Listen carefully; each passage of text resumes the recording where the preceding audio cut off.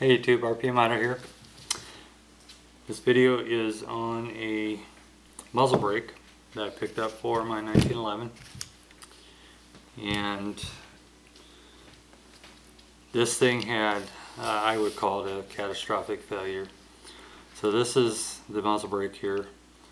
This is what I got this off eBay. I think it was 40 or 50 bucks, and it's a Punisher style. So that goes in, replaces your barrel nut or barrel bushing. So this replaces that. And I took it to the range to see how it worked. And actually, first few shots I really didn't notice much of a difference in the way the gun shot. But after, I think it was like on my 5th or 6th shot, the slide had locked back, and I could not get the slide to release. I dropped the mag, I emptied the chamber, but the slide was just jammed up. And what had happened was, if you look right here, this piece broke off. And this is, if you know what about 1911s, on the barrel bushing there is a little raised portion. It's kind of a key, so when you twist this in, it locks in place and keeps everything together. So when this slid back in that bushing, or that key broke, it just locked this gun up. It locked the slide about halfway back, locked the bushing onto the barrel because it cocked. And I was at the range hammering on this thing for, I'll bet you, 10-15 minutes to get this out and off to release. I almost just threw it in my bag and came home and tried to fix it at home, but I did get it fixed at the range. And I brought my spare barrel bushing, so I still got to shoot. And the gun works fine now, but I mean, this thing, and I don't know if this is, I mean, this is metal, so it's just a weak spot on the machining because it's such a small raised portion off the steel. And I'm not sure what grade of steel this is or anything. I mean, it looks cool, but I mean, that failure point there just caused me all kinds of grief at the range for at least 30 minutes. And like I said, I didn't notice any significant help. I mean, like I said, it just looked cool.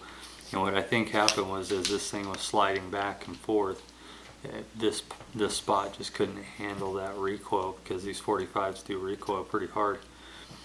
So I think I'm done with gadgets and gimmicks and shit. I mean, I like the gun the way it is, and if it's swapping a grip out or putting a light on or something like that, or doing the sights, but anything like this that has to do with the mechanics of the gun, I'm just gonna, all my guns, I'm just not even gonna bother with these flash hiders and suppressors and crap like that. It's just not worth it unless you, I mean, I could buy one of these for $100 or $200 and it'd probably be fine, but like I said, it's just, I don't know, it for what it did for the gun, for the first 5 shots, it wasn't worth it, and then when it broke, it definitely wasn't worth it. So like I said, I'm over putting these gimmicky things on my guns anymore, unless it's grips, triggers, hammers, or something like that. And I'd even be leery about doing any of that stuff unless the gun absolutely needs it. And this gun doesn't need anything, and it didn't even need this, but like I said, I thought it would look cool. So I'm done with the Mall Ninja stuff, and I'm just going to stick to the basic